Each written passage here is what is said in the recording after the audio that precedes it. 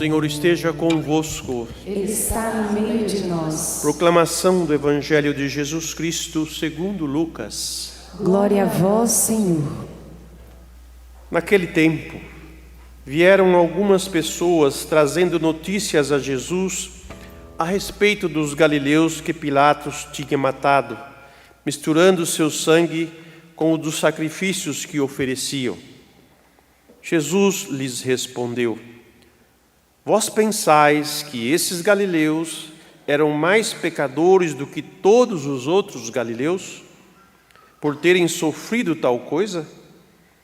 Eu vos digo que não, mas se vós não vos converterdes, ireis morrer todos do mesmo modo. E aqueles 18 que morreram quando a torre de Siloé caiu sobre eles, pensais que eram mais culpados do que todos os outros moradores de Jerusalém? Eu vos digo que não, mas se não vos converterdes, ireis morrer todos do mesmo modo. E Jesus contou esta parábola. Certo homem tinha uma figueira plantada na sua vinha. Foi até ela procurar figos e não encontrou. Então disse ao vinhateiro: Já faz 3 anos que venho procurando figos nesta figueira e nada encontro. Corta-a, porque está ela inutilizando a terra. Ele, porém, respondeu: Senhor, deixa a figueira ainda este ano. Vou cavar em volta dela e colocar adubo, pode ser que venha a dar fruto. Se não der, então tu a cortarás. Palavra da salvação. Glória a vós, Senhor. Que as palavras do Santo Evangelho perdoem os nossos pecados. Amém. Amados irmãos e irmãs, Deus não salva o homem sem o homem. Poderíamos resumir esta liturgia nestas palavras. Por que Deus não salva o homem sem o homem? Porque Ele conta com a participação do homem na sua salvação. De que maneira?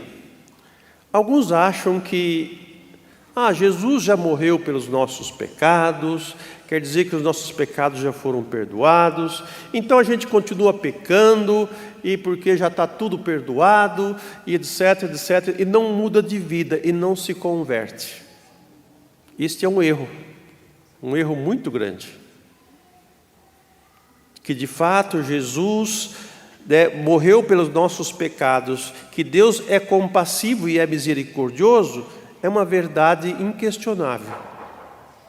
Mas o problema é quanto a nós. Nós aceitamos esse Deus que oferece a nós a salvação?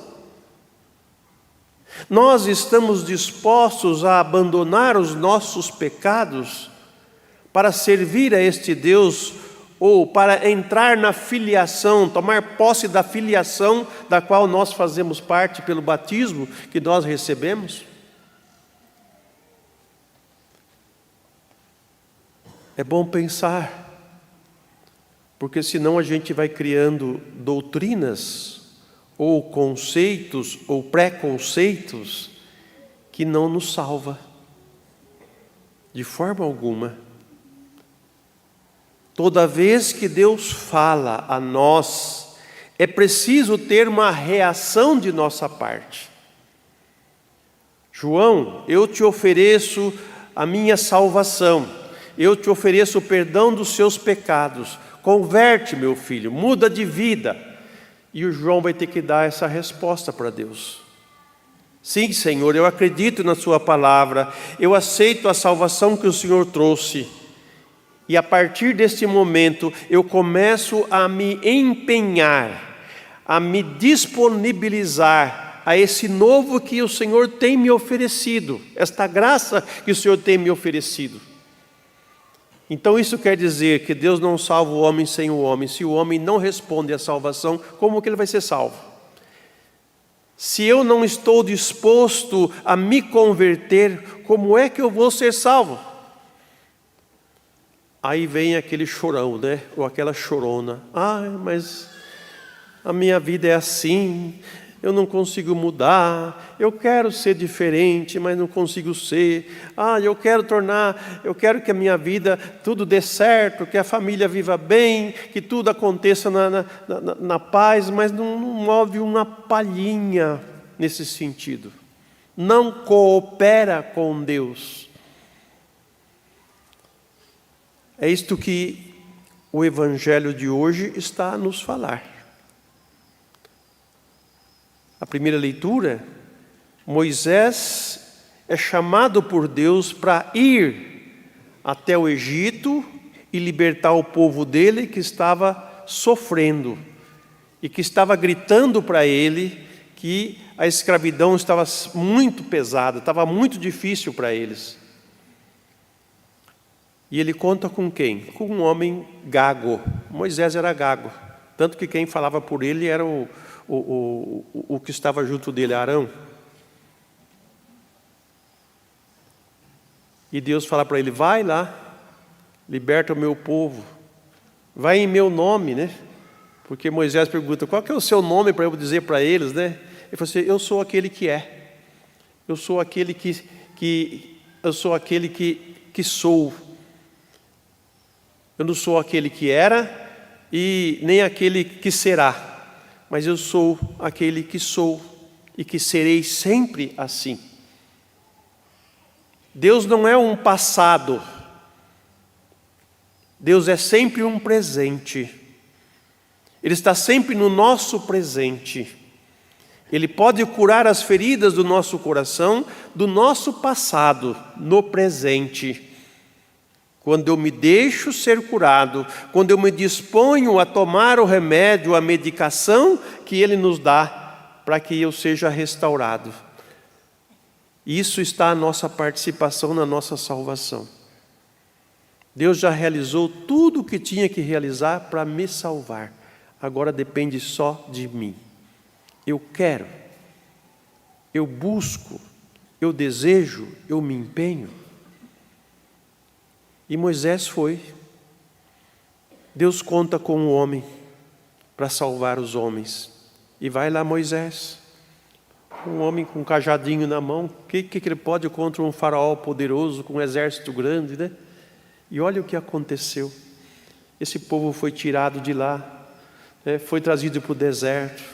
Ali no deserto, Deus falava ao coração desse povo, começou a formá-lo, começou a educá-lo, começou a treiná-lo a ser filho de Deus.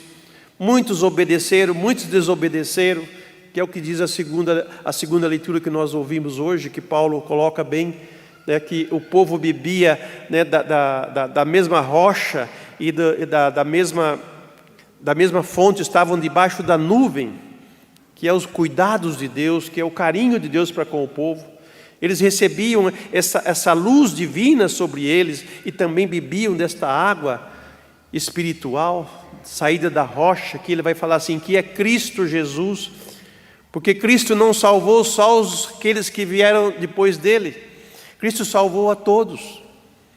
E a salvação já estava na proposta para aquele povo que Deus tirou da escravidão do pecado, da escravidão do Egito.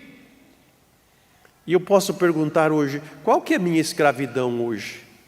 Em que eu sou escravo? De que eu sou escravo? Eu preciso me libertar disso. E Deus oferece as condições para eu me libertar disso. Então eu preciso sair do meu Egito. Eu preciso sair da minha escravidão. Eu preciso ouvir o apelo de Deus, de que Ele está comigo, de que eu não estou sozinho e que Ele vai me arrancar dessa situação, mas é preciso que eu dê o passo junto com Ele. Por isso que eu disse que Deus não salva o homem sem contar com Ele.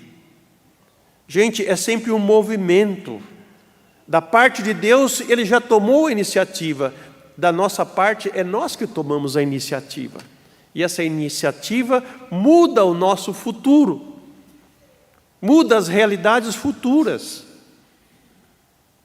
já no presente, porque a graça de Deus é derramada abundantemente sobre nós no dia de hoje. Então, olhando para este evangelho, em que levam a Jesus situações trágicas, né? Os homens que foram mortos e misturados com o sangue do sacrifício oferecido, porque todo mundo achava que eles eram pecadores, por isso sofreram tal tragédia. E Jesus pergunta: vocês acham que eles eram mais pecadores do que os outros galileus? E aquele que, e Jesus ainda acrescenta mais uma situação ainda, e aqueles que a torre de Siloé caiu sobre eles e morreram lá, 10 homens, se eu não me engano, né? Se eu lembro do número certo aqui, vocês acham que eles eram os mais pecadores do que todos os outros povos de Jerusalém? E Jesus acrescenta a cada pergunta dessa: se vós não vos converterdes, morrereis do mesmo modo. Dá para entender assim, né? Que a torre vai cair sobre nós, né? E que o rei vai matar todos nós. Mas se a gente não se converter, a morte é certa para todos nós. E nós temos que, de certa forma, acolher a morte, saber disso, aceitar a morte, porque esta morte física nossa é uma passagem, porque a pior morte é a morte eterna. Então Deus nos está chamando à conversão para que a gente não morra como aqueles que morreram. Todos nós vamos morrer um dia, vamos deixar essa realidade, vamos deixar esse mundo, mas de que maneira vamos deixá-lo? Como estará o meu coração? Como estará a minha vida quando eu deixar esse mundo? Porque a morte eterna, ela é eterna. A morte humana, ela é uma passagem. Mas a morte eterna é eterna. Não tem outra possibilidade depois. E aqueles que murmuraram no deserto, aqueles que se rebelaram contra Deus, morreram no deserto. Mas Jesus nos chama a nós que vamos passar pela morte, como Ele passou pela morte, a nos converter, a mudar a nossa mentalidade, a mudar o nosso coração, a mudar os nossos hábitos, para que nós, quando chegar a morte, esta morte passageira, nós estejamos certos de que Deus nos espera com os braços abertos do outro lado. E aí tomaremos posse da terra prometida, que não é um lugar aqui nesse mundo, mas é a eternidade junto dele. É a vida eterna. Que se nós pensarmos na vida eterna, nós vamos dar pouco valor a essa vida aqui. E vamos buscar essa vida eterna. E a vida eterna é Deus morando em nós. É Deus habitando nós. Por isso que a conversão, ela é um movimento interior nosso de morte, porque nós precisamos morrer para o pecado. O que significa morrer para o pecado? Significa não dar ao pecado oportunidade de viver em nós. Porque enquanto nós estamos vivos, nós falamos, nós movimentamos, nós vamos para lá e para cá, é um corpo vivo. O que se faz com um corpo morto? Nada. Você pode chutar ele, você pode fazer o que quiser com ele, ele não reage. Então é esse tipo de morte que Jesus nos convida para o pecado.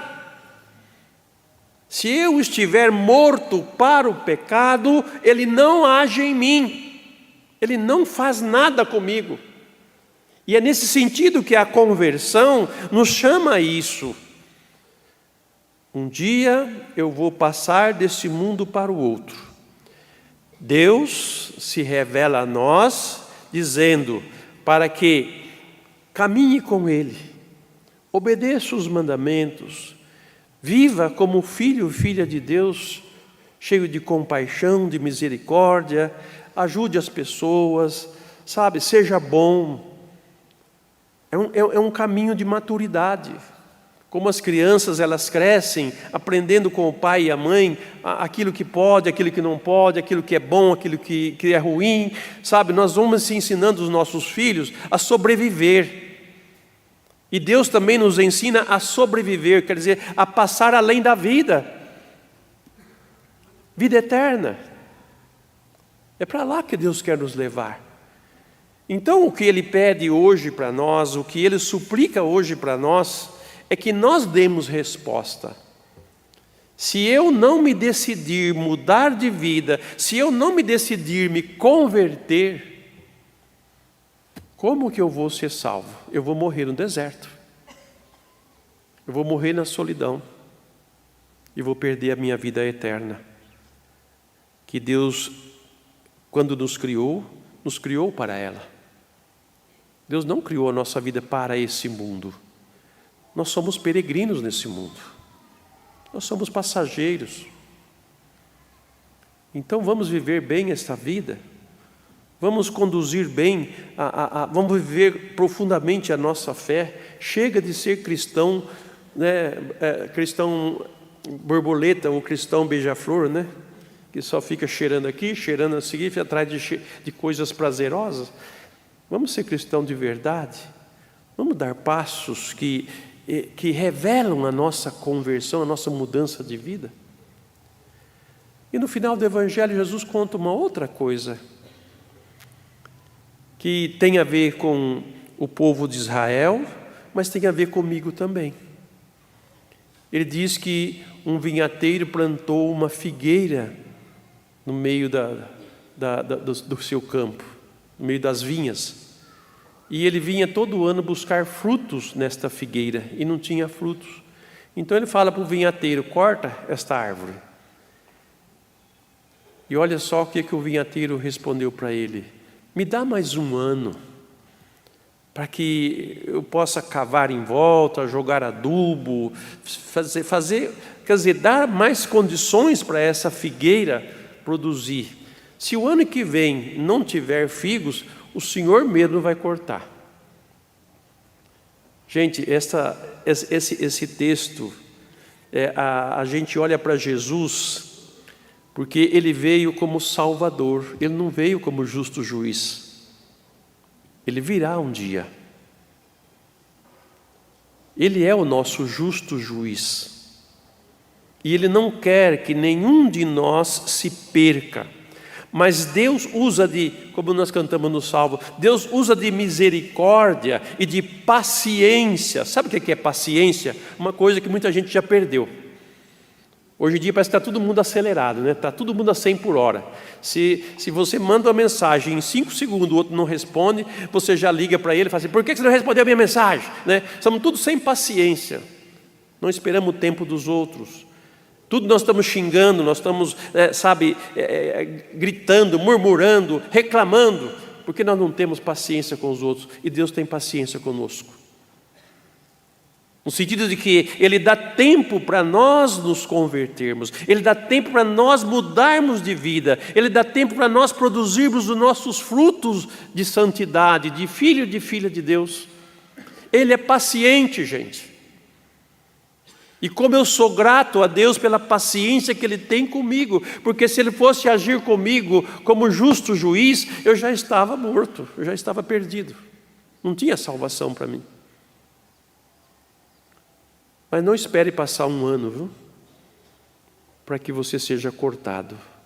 O quanto antes, essa é a mensagem que Jesus dá, o quanto antes, dê passos, deseje.